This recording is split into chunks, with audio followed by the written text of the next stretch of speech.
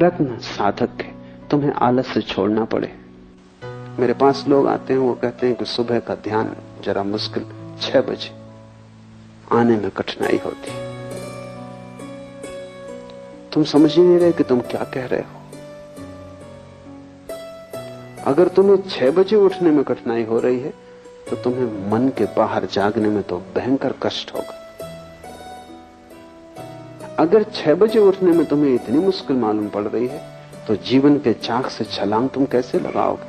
एक छोटी सी आदत कि तुम 6 बजे नहीं उठते रहे हो, बस 2-4 दिन आलस्य पकड़ेगा, पर आलस्य को तुम जीतने देते हो और आलस्य की कीमत पर ध्यान को खोने को तुम तैयार हो, तो ध्यान का तुम्हारे मन में कोई मूल्य ही नहीं है।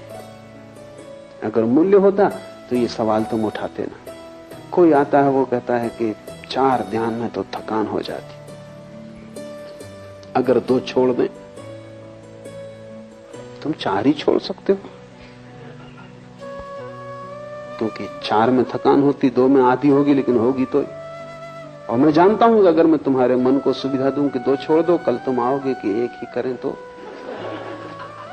क्योंकि वही मन, 2 में भी तुम थकोगे तो ही। अगर तुम उस सूत्र को बांधकर चलते हो तो तुम आज नहीं कल आलस में डूबना ही पसंद करोगे, क्योंकि कुछ भी करने में श्रम तो होगा। ध्यान रहे, जीवन श्रम है, मृत्यु विश्राम है। तो अगर मरना हो तब कुछ करने की जरूरत नहीं, अगर जीना हो तो कुछ करना पड़ेगा। और अगर विराट जीना हो तो विराट उद्यम करना होगा। अगर परमात्मा को पाना हो तो ऐसा छोटा छोटा प्रयास काम नहीं करेगा, तुम्हारा पूरा जीवन ही प्रयास बन जाए। तुम रत्ती रत्ती दांव पर लगा दो अपने को, कुछ भी तुमने बचाया तो तुम चूक जाओगे। यहां पूरा ही दांव लगेगा तो ही तुम बच सकते हो। इसलिए थोड़े से लोग उपलब्ध हो पाते हैं, कोई कारण नहीं सिवाय आलस्य के। तुम ध्यान भी करते हो तो तुम ऐसे करते हो कहीं पैर में चोट ना लग जाए, कि कहीं किसी का धक्का ना लग जाए, कि ऐसा करें कि थक भी ना जाएं। तुम कर ही क्यों रहे हो?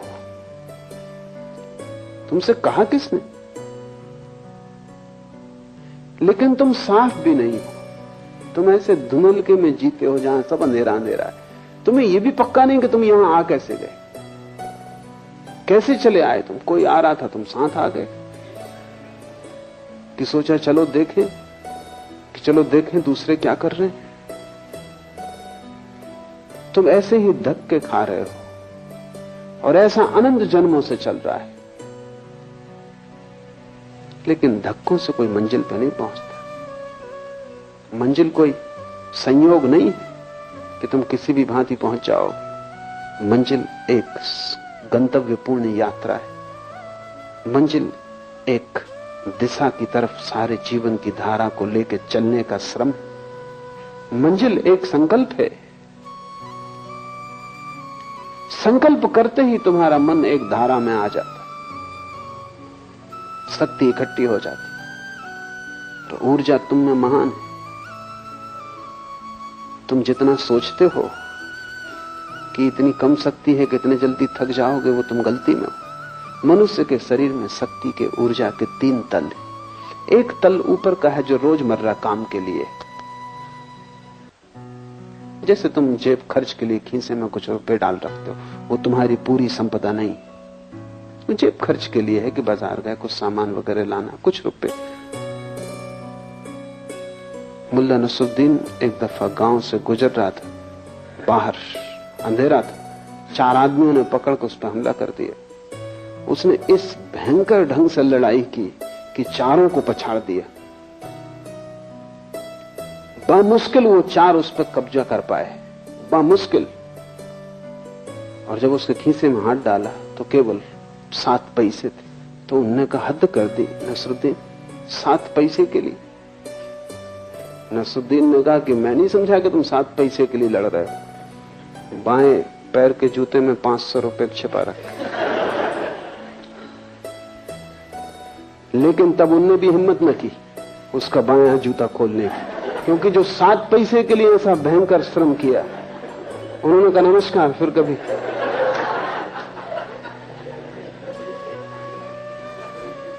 वो जो तुम्हारी रोजमर्रा की ऊर्जा है वो 7 पैसे से ज्यादा नहीं है। वो रोज काम के लिए है, उठना बैठना, भोजन करना, पचाना, सोना, कामधाम, ऊपर का अंग है, खीसे में पड़े हुए पैसे। जब तुम ध्यान शुरू करते हो वो चुक जाती, जल्दी चुक जाती, क्योंकि ध्यान उसने कभी किया नहीं, वो एक नया क्रम शुरू हो गया। अगर तुम उसकी ही बात मान के रुक गए तो तुम कभी ध्यान न कर पाओगे। उसकी तुम सुनो मत। अगर तुम किए ही गए, जल्दी ही तुम पाओगे कि दूसरे तल की ऊर्जा संलग्न हो गई। कई दफे तुम्हें अनुभव भी होता है, तुम बैठे हो, रात सोने जा रहे थे, ऐसी नींद आ रही थी कि पलक खुलते नहीं खुलते थे कि तत्क्षण घर में आग लग गई। फिर तुम सो पाते हो, फिर तुम कहते हो मुझे नींद आ रही ना, नींद तिरोहित हो जाती। कहां से ये ऊर्जा आई? अभी तुम झपकी खा रहे थे और तुमसे कोई कहता गीता पढ़ो तो तुम कहते थे मुश्किल, लेकिन घर में आग लग गई। गीता छोड़ सकते थे लेकिन घर में आग लग गई। अब तुम दौड़ रहे हो, भाग रहे हो, बुझा रहे हो, और आग भी बुझ जाएगी तो भी अब इस रात तुम सोने वाले नहीं। अब तुम जागे ही रहोगे, कितनी कोशिश करो सोने की, नींद ना आएगी। क्या हुआ?